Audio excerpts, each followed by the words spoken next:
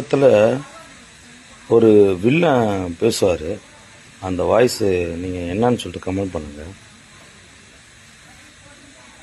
உன் கூலிங் கிளாஸை போட்டுக்குன்னா நான் புட்டிங்கி போட்டுக்குன்னா நீ கடுப்பாவியா?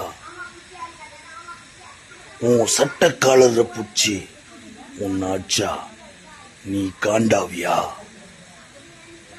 மூஞ்சி பார்த்தா குழகுன்னு மொழமொழன்னு இருக்குது. அப்படியே போயிரு, வாரி துண்டு போடுவேன். நான் தான் புள்ளிங்களை வச்சு சிக்னல்ல பிச்சை எடுக்கிறேன். என்ன பண்றுவ நீ? நான் ஆர்வியா ஜீவியா பூவியா?